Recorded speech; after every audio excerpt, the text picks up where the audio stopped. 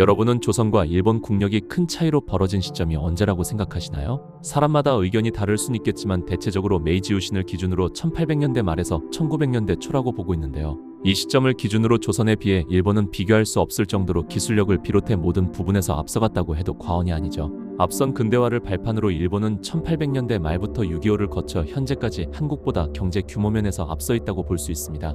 물론 2010년대 들어 한국이 일본을 많이 따라왔죠. 1인 GDP는 이미 일본을 넘어섰을 정도니까요. 그렇다면 일본은 어떻게 조선보다 빠르게 서양 문명을 받아들였는지 그 과정을 살펴볼게요. 1853년 이제 막 강대국 위치에 접어든 미국은 해군 페리제독에게 태평양 항로 파악과 식민지 개척에 대한 명령을 하달했고, 페리제독은 함선 4척을 이끌고 무작정 도쿄 요코스카항에 도착했습니다. 당시 일본인이 보기에 페리제독이 끌고 온 증기기관선은 검은 연기를 내뿜는 괴물과도 같았죠. 딱 봐도 앞선 문명을 자랑하는 미 해군 앞에 일본은 의외로 바로 교류를 승낙했는데요. 사실 일본은 200여 년 동안 문을 걸어 닫고 쇄국의 시간을 보내고 있었다지만 조선처럼 아예 외부 세계에 대해 무지했던 것은 아니었습니다.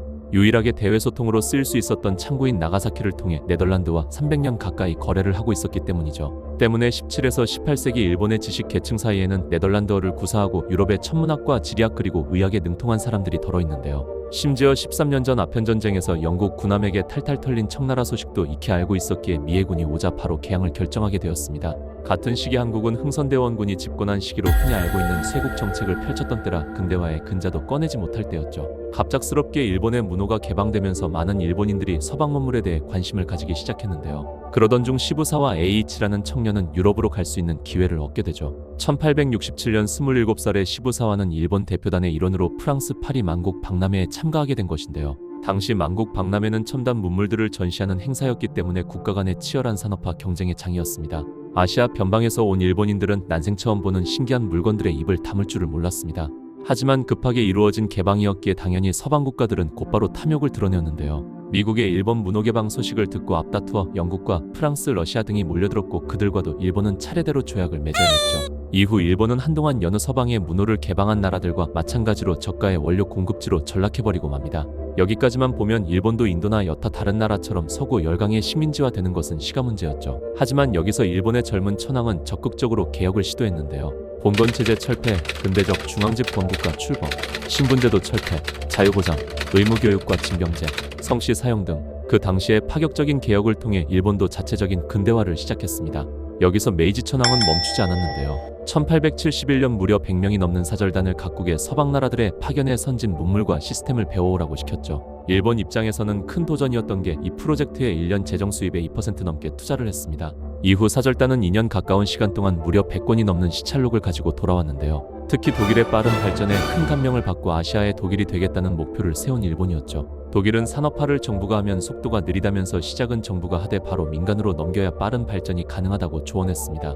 이 말에 감명받은 일본은 높아지는 독일봉을 앞세워서 경공업 공장을 먼저 지었죠. 하지만 당시 일본인은 요란한 굉음을 울리는 기계가 사람의 영혼을 빼앗아간다는 미신이 있어 국민들이 공장 취업을 꺼려했는데요. 이에 일본 고위 관료들이 자신의 아내와 딸들을 먼저 공장에 취업시키면서 국민들을 안심시키기까지 했습니다. 또 앞서 독일이 조언했던 민간으로 사업을 돌려야 발전이 빠르다는 것을 받아들여 토지와 재산의 사유화를 본격적으로 인정하고 대신 세수를 높여 국민들이 자발적으로 일하고 돈 벌며 그 돈 중 일부를 세금으로 걷는 현대적인 방식을 도입했습니다.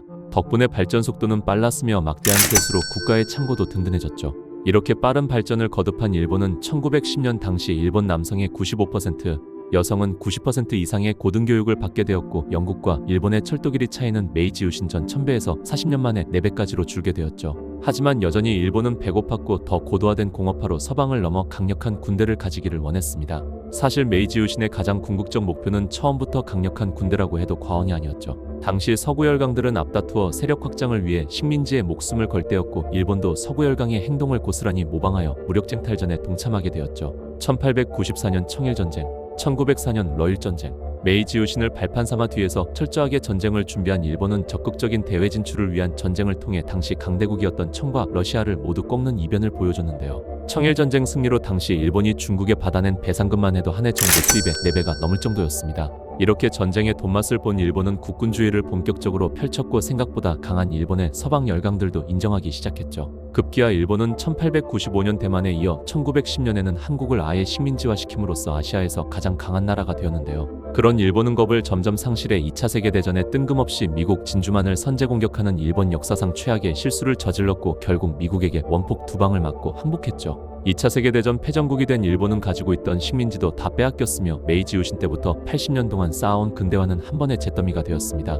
누가 봐도 끝난 일본. 하지만 20년 뒤 일본은 연간 9%가 넘는 경제성장을 이뤄버렸는데요. 특히 1965년부터 1970년 사이에는 연간 10%가 넘는 경제성장을 보여주며 세계 2위 대국으로 발돋움했죠. 사실 땅은 황폐화가 되었지만 원폭 맞기 전 100년에 가까운 시간 동안 투자한 과학기술과 인재, 노하우 등은 여전했기에 일본은 다시 일어날 수 있었습니다.